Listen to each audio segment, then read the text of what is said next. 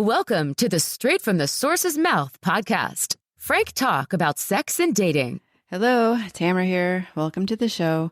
Today's guest is author and podcaster Paul Bauer, and we'll be talking about the struggles men face after a breakup or divorce, especially when it comes to attraction, emotional obsession, and rebuilding your dating lives. Thanks for joining me, Paul. Tamara, thank you so much for having me on. I really appreciate it. Yes, thank you very much for being on. Great information from what I read about what you're going to talk about. So excited to have the information for my listeners. I'm happy to share this stuff. And just to preface what we're about to talk about, my book that I have out is very controversial. Well, at least the title is. The title's controversial, but the inside's pretty. It's a little bit softer and easier to swallow. But you gotta get an attention grabbing title these days. Otherwise, people aren't going to buy your book. Yeah, for sure. Yeah, and I mean, I've had several episodes about like the differences between men and women and how we talk differently and the attraction that women have. Like a lot of people think, I read years ago about, men thought women liked assholes, but really we want a challenge, but we want a positive challenge. But if we can't have a positive challenge, we'll settle for a negative challenge versus a no challenge. So I don't know if you agree with that, but it was like askmen.com years ago, and it's always resonated with me. But I think that's kind of the stuff you talk about, or at least how to keep the attraction for a man. And then feel free to start where you want to start. Yeah, no, I actually, a lot of guys think that, right? They think that I can either be a good guy or I have to be an asshole. And that's not necessarily true. You don't have to be, you could be a good man. You just can't be a nice guy. And there's a big difference there that a lot of people don't understand. Like nice guys, self-proclaimed nice guys, and the guys that we're talking about in the men's space is guys with classic nice guy syndrome. And there's a guy named Dr. Robert Glover. He wrote a phenomenal book years ago called No More Mr. Nice Guy. And he really is the expert that shined the light on this phenomenon that has been happening since World War II, where men have been raised to be people pleasers, and we let people walk all over us. We don't know how to set boundaries right. We don't know how to have standards for ourselves and focus on our purpose and all this kind of stuff. And so what these guys end up doing is they're nice in order to get something back. And we call that a covert contract. So in reality, they're anything but nice. And the moment that they don't get back what they believe that they're owed for doing this nice behavior, now all of a sudden they're not so nice anymore. And they're passive aggressive and all this kind of stuff. And so a lot of self-proclaimed nice guys that complain about the jerks out there, that's how they're acting. And then they're wondering why women don't really like them that much. It's because women aren't stupid. Women can actually sniff this out. It's like, women can smell this like sharks smell blood, So women, if that's their option, they're going to go with the jerk most of the time, because the jerk actually knows how to set boundaries. He might not do it in the best possible way, but he at least knows how to do this sort of thing. And so, it makes perfect sense to me. Yeah. And do you want to talk about your book first, or talk about how you got into knowing all this information, like kind of your background, or? Yeah, let's get into my background a little bit. I'll give people my Batman origin story. So, I wasn't always in this space, and I used to think that I knew everything I needed to know about women. I was actually always pretty good with women, I used to think anyway.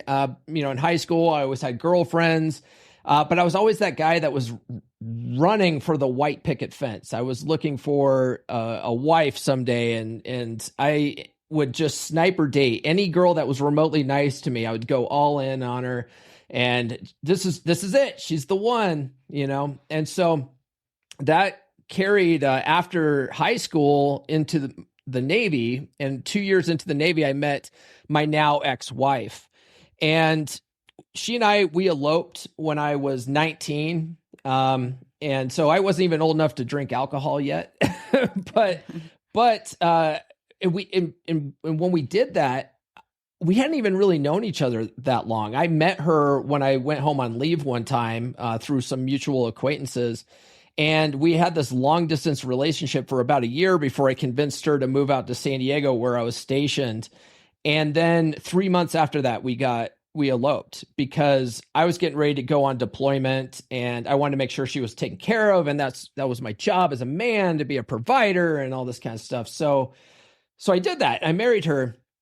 Completely didn't have time to really get to know her that well, really understand her red flags and all this kind of stuff. And what ended up happening was I would say the first half of the marriage was pretty good. We were married for 14 years. The first half was pretty good. We ended up having 2 really wonderful kids as a part of that relationship. But the last half was just absolutely miserable. I didn't like being around her. She didn't like me that much. There was times where I'd just be so frustrated with her that I would go in the garage and grab a cot and go sleep in my office because I didn't want to sleep in the same room as her. There was days where I'd work like 18-hour days just to avoid going home. And then I knew when I got home that I was going to get an earful, so I would just sit in my car and just, take some deep breaths waiting for this bombardment of nagging or whatever. And so I was just miserable. But at that time, I was also the guy that never would have quit because my parents are always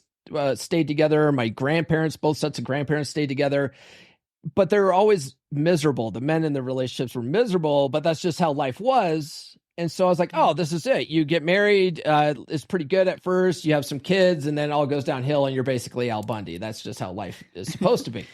Well, God bless her. She finally had enough of it in 2014, the very beginning of 2014, she filed for divorce. And so I ended up back on the dating circuit for the first time in 15 years. I hadn't practiced in forever. It was a whole new world, new dating apps and everything didn't exist when I met her.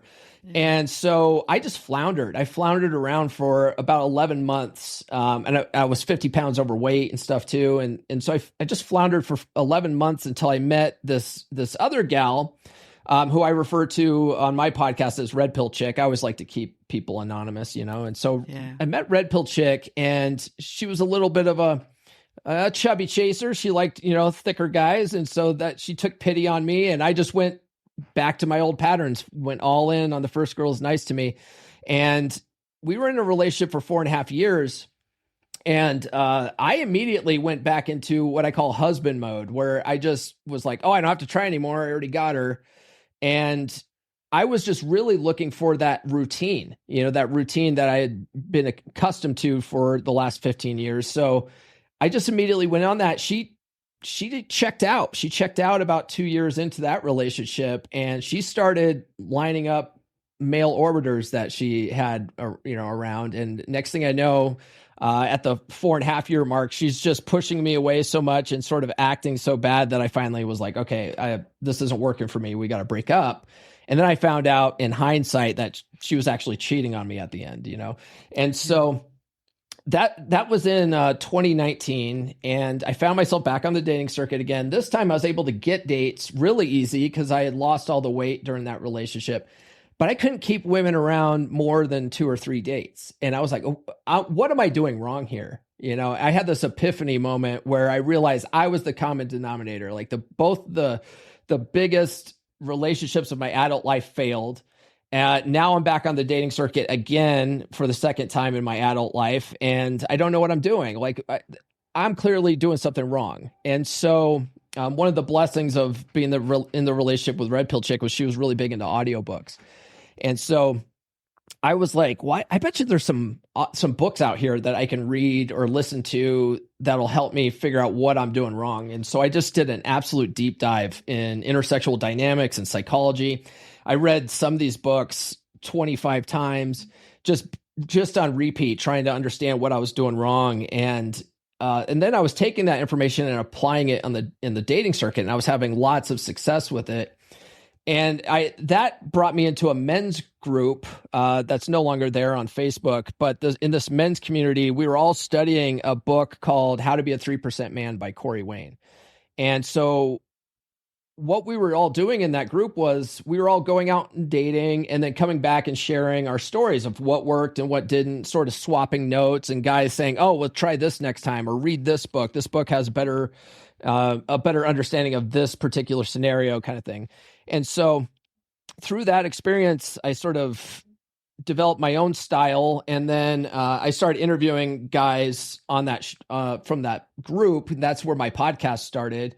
And then I started meeting authors and coaches and other bigger names in the space. And I eventually got invited on a panel show on Saturdays with a lot of prominent people. It was called Rule Zero. And from there, I started writing books and coaching guys, and it just sort of blew up from there. I sort of turned my pain into my passion, and here we are today. And now I have 4 books. So, yeah, I mean, yeah, it's good that not a lot of people want to take the time to learn about themselves and figure out what's not working. So, yeah, well, I mean, I was that guy, and a lot of guys when they go through a breakup or a divorce, they're thinking, well, there are a couple of different scenarios, right? Like if they absolutely hated their wife or their ex-girlfriend for whatever reason, they're like, oh, well, she was clearly the problem. All I need is another person, and, everything is going to be hunky-dory. But they don't realize that they're taking their same bad relationship habits into the next relationship, and they end up dating the same person with a different face, and the same thing ends up happening. And until you start working on yourself, that's the only way you're going to change these things. But everyone wants to point the finger at everyone else. Yeah, definitely. So what was since we're talking about your latest book, start there, and then maybe you want to talk about the other ones too. But what are guys suffering from when they first break up?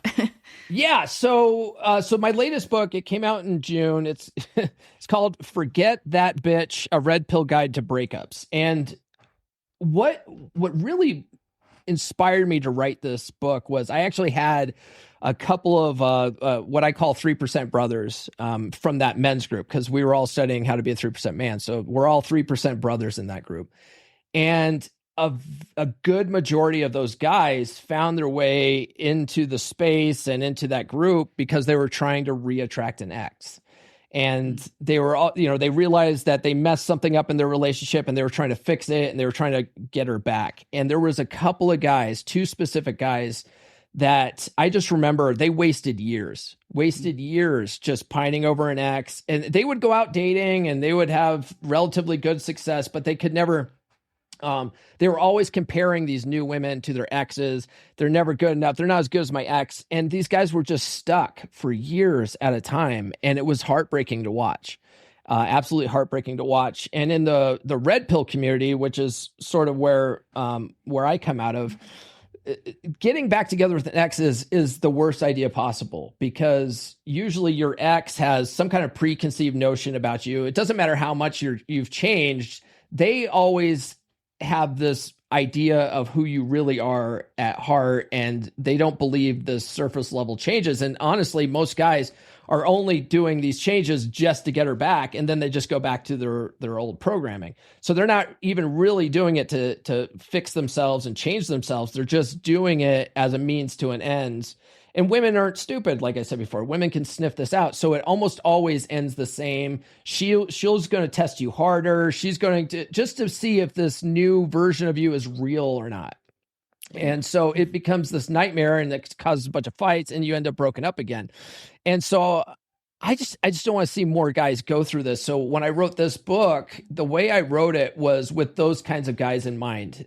Guys that are obsessing over their ex. They know they need to move on, but they can't stop thinking about the ex. And so the way my book goes, the flow of it is I talk about why after a breakup, getting back together with an ex is a bad idea.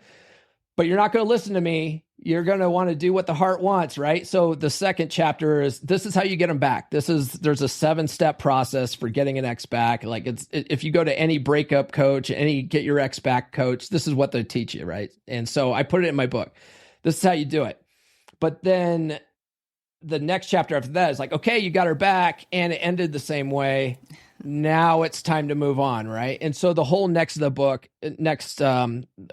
book rather, is all just about how do you actually forget your ex and get over her and work on your inner game and stuff like that. And then taking time to heal, because most guys don't do that. Most guys are trying to fill that void and try to get back to some semblance of normalcy.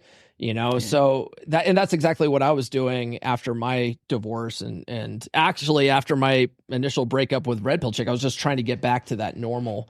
And I didn't realize how important it was to take time to heal and get used to being on your own and enjoying your own company. And once you're able to do that, then you're ready to go out there and start dating again. And so, and then in the book, I actually give guys some game, like how to actually have some success on dating apps and find the right women and some actual strategy there that most guys don't do. So, I'm hoping that guys read this book and really fundamentally change how they see dating and relationships forever after this, so that they never actually get to this point again.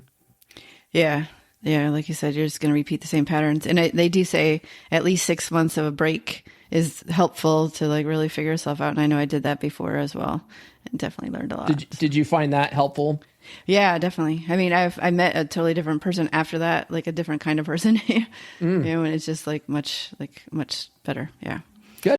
And I learned from starting my podcast as well, just interviewing all the people and learning from each guest. And yeah.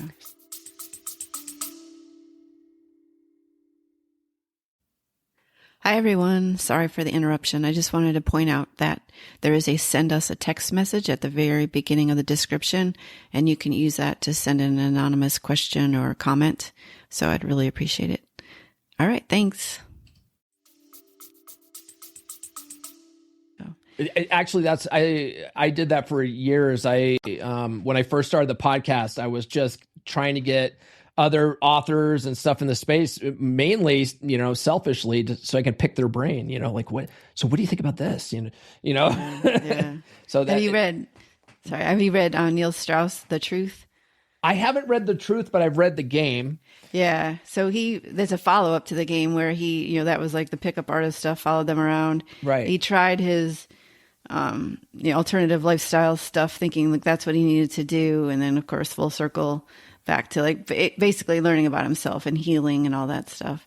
So it was pretty powerful coming from the guy that, kind of blew up that whole world, or like in a good way, or made it famous. Well, the book, The Game, a lot of people, when they read The Game, they're reading it for the pickup artistry and how cool that is.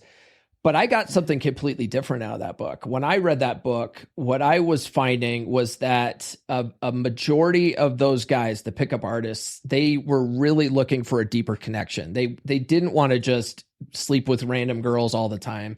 But those guys, all of their stuff was all surface level stuff. It was all tips and tricks, and they were doing it. They were targeting specific women that they knew would be more susceptible to their antics.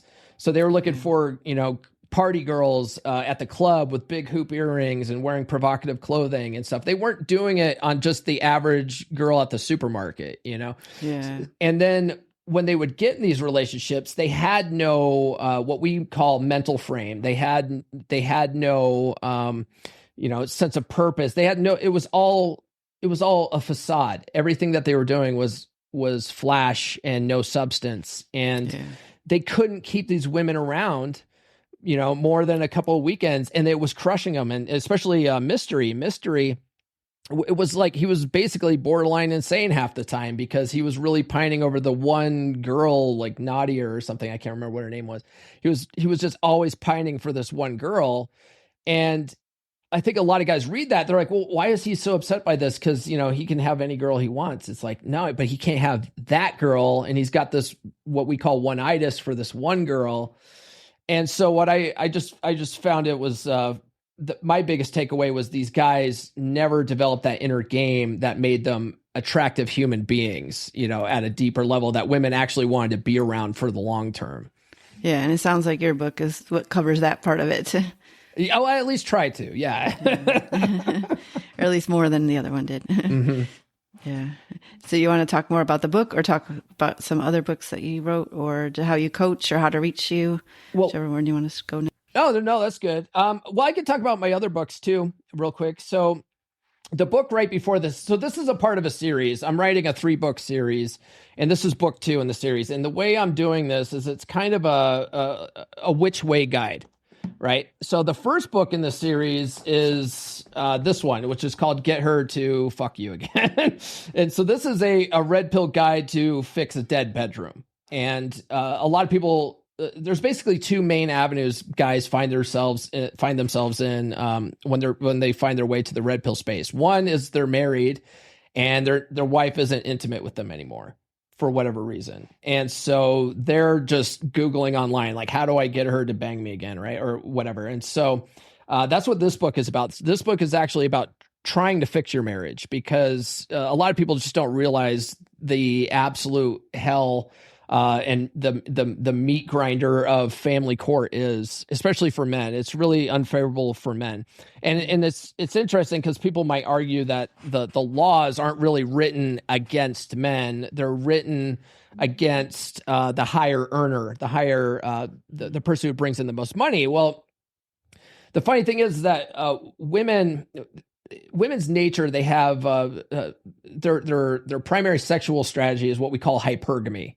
And it's not a bad thing. A lot of people think hypergamy is this evil thing. It's not. It's just the way the world works. But women are typically looking for guys that can protect and provide. They make more money. You know, you will never see a boss babe, you know, high earning female attorney dating a Starbucks barista. Like, you'll never see that happen, because women are attracted to guys that are above them. So maybe, and I say above them, like in this case, monetarily, right? Yeah.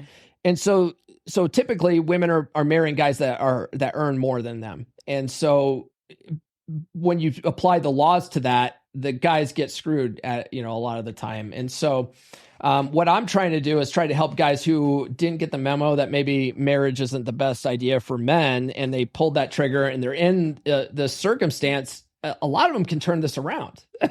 Like, so I'm of the mind of, well, why, if you can, you absolutely should try to save your marriage. So this book is all about how to really reignite that attraction with your wife again. Because the reason why she's not having sex with you, it's not she's tired all the time. It's not that she's low libido. It's not that she's, has hormonal issues. I mean, it might be part of that, but in reality, if she truly desired you, she would find a way, you know, to fix it. She's just not motivated to fix it because she don't like you that much anymore. So this book will shows guys how to reestablish their attractiveness with their wife again, you know, but not all relationships can be saved. So I'm very honest with the reader in that regard, where you go through all this stuff, you level up, you're learning how to be a better communicator, you're learning how to handle her tests, you're learning how to not get angry at every little thing and have some emotional control and all this kind of stuff. By the end of the book, after you've done all this work, you look at your wife, a lot of the times, by this time, she's inspired to get on board and start working on herself and start, you know, making a change. And then everyone's happy. That's when guys turn their marriages around. That's what happens. But sometimes women are just so far checked out that they're not getting on board. Yeah. Well, at that point, you got to realize life is too short, and there's no reason to stay in a marriage that's bad for you. And now you can be more on the offensive as opposed to being on the defensive, and you can actually make this divorce happen on your terms, in a better situation that way. So the second book is for guys that couldn't turn their marriage around, right? So now they're divorced, and now they're back on the dating circuit, and now they need to learn how to move on. So that's what this book's about. And then I'm currently in the process of writing the third book, which is going to be called Keep Your Bitch, a red pill guide to relationships. And that one is going to be both those books. If you were able to turn your marriage around in the first book, that the third book is the next book that you're going to want to read. If you weren't able to turn it around, and you read Forget That Bitch, and now you've met a woman that you've identified as your contender for a long-term relationship, then the third book's going to be the next book for that one too. And so that one's just all going to be about maintaining a healthy relationship and keeping that attraction going for the long term. And that I'm shooting to have that out by December. Okay. And what what can you share some things that are in the third book, just as far as keeping like what you just said, what you're trying to help people see?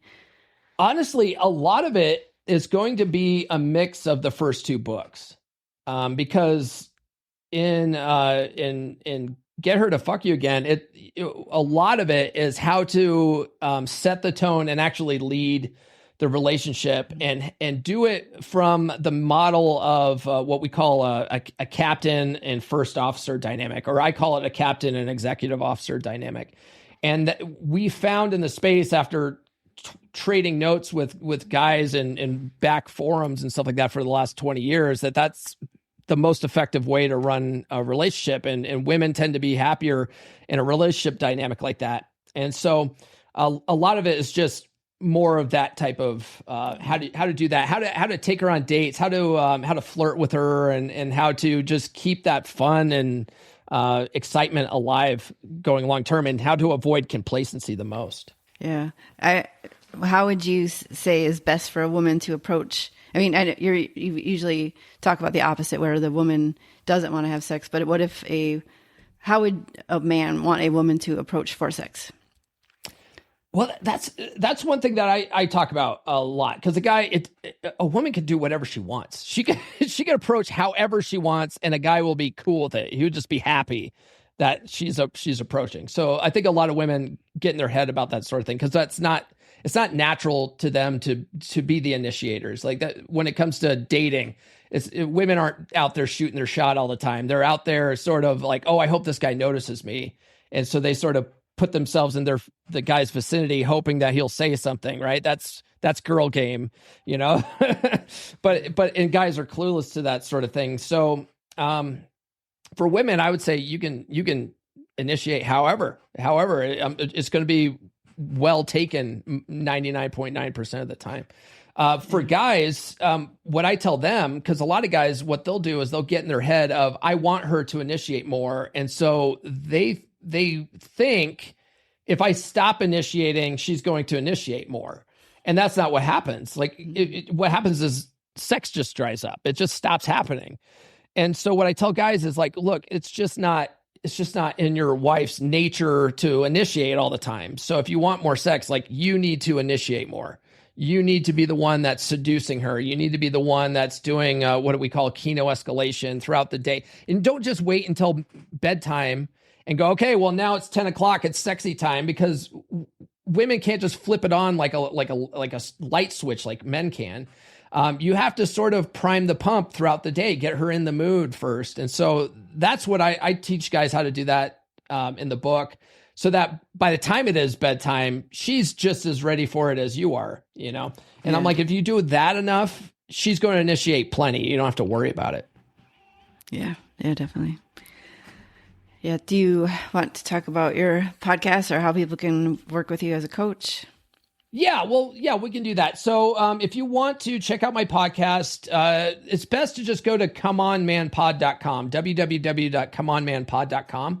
That will take you to my Gumroad page, where I have free ebooks there that you can download. One for if you're in a dead bedroom situation, one if you're in a breakup situation. They're both free. One's called She's Made You Weak, and the other one's called Fine, Here's How You Get Her Back. I actually break down the 7-step process to get your ex back in that one for the guys in a breakup.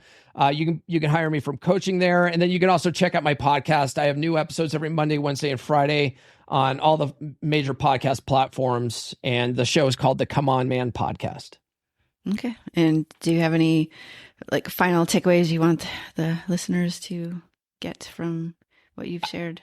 I would say the biggest thing that I would teach guys when it comes to a breakup is you need to reevaluate whether you want to get your ex back and start focusing more on getting yourself back.